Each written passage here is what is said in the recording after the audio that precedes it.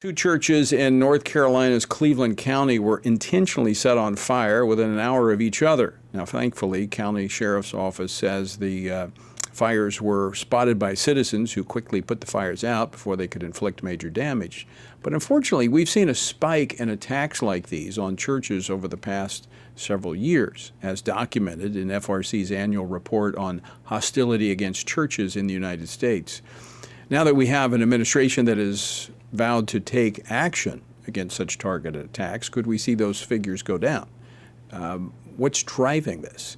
We're going to find out more about that. Joining me now to talk about this is Congressman Mark Harris, who serves as a pastor at First Baptist Church he actually served as senior pastor at Charlotte's First Baptist Church for over a decade before coming to Capitol Hill. He continues to pastor in North Carolina. He was a member of the FRC team, actually heading up our community impact effort and then our whole outreach to pastors. He represents the 8th Congressional District of North Carolina.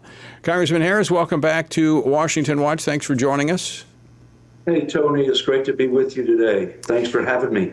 Well, you serve on the House Judiciary Committee. You have seen and heard from some of the testimony about the weaponization of government toward citizens. You've seen the reports of the hostility toward pro-lifers and Christians. And then at the same time, we've seen this spike, and it continues. What do you know about these particular incidents coming from your home state of not too far, actually, from your area?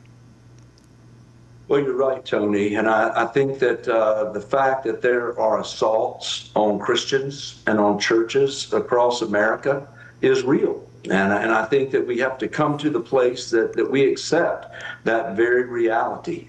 And on this particular situation that I become aware of over the weekend, it was, as you said, in Cleveland County, two different churches. And thank the Lord that there were citizens that saw the flames and were able to stop and were able to help get it put out. It's my understanding that there's investigation going on. There's no motives at this point that have been identified and no arrests that have been made. In fact, I reached out prior to coming on the program to my colleague who's the congressman in that particular district, which is the 14th Congressional District where this occurred. And he indicated that the investigation continued, but at this point, they've not made any arrests. Now, as I mentioned, you're on you have oversight of the Justice Department on the Judiciary Committee. They have been making efforts to bring justice to these attacks on the houses of worship and pro-life facilities, the care pregnancy centers that have been targeted. Now, that's, as I mentioned, that's in sharp contrast from the last administration. What has your committee been hearing from the Department of Justice in terms of this commitment to protecting religious freedom and those institutions associated with it? One of the things that we heard from Kash Patel when we had the opportunity to have him in front of our committee was that he was very much aware of the weaponization of the Justice Department and how the things they had gotten involved in, from spying and planting spies within the Catholic Church, putting pastors on watch lists and going after them.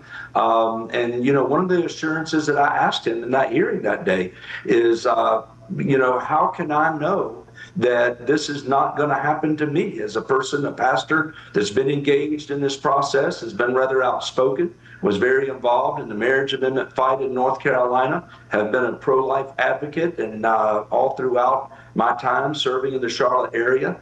And I got the assurance from the director of the FBI that day himself that while he couldn't assure me of what had happened in the past, they were continuing to investigate that, but I could be assured that with this administration was not going to be involved in such activity as that. And I think we're seeing that from the Attorney General Pam Bondi as well. I think there's a commitment now. We're seeing that in FBI Director Patel. We're seeing it in Attorney General Bondi. And I'm confident that we're going to continue to see folks that are going to enforce the law and are not going to just turn and look the other way when pro-life advocates find themselves being attacked.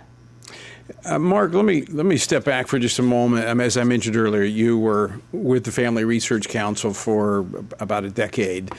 You have been involved, as you just laid out, in a number of issues, leading pastors, churches to engage.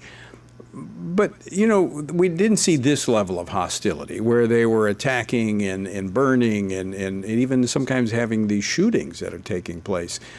This is a reflection really of what Paul wrote about in 2 Thessalonians, the lawlessness, the spirit of the lawless one is already at work.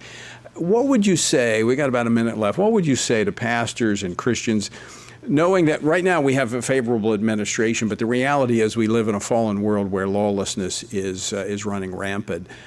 What would you say to encourage them not to shrink back, not to be intimidated by this? Well, one of the things that we've got to always remember that it was in Paul's letter to Timothy that he reminded them that we are not granted a spirit of fear, but rather of a sound mind.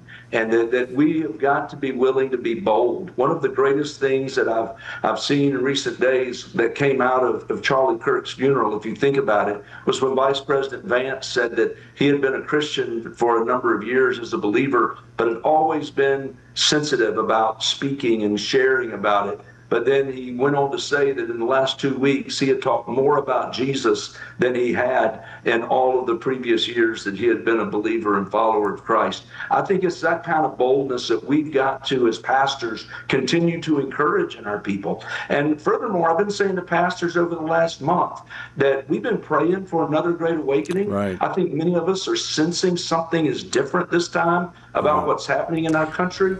We need to be ready as pastors and churches. We're going to leave it there, Mark.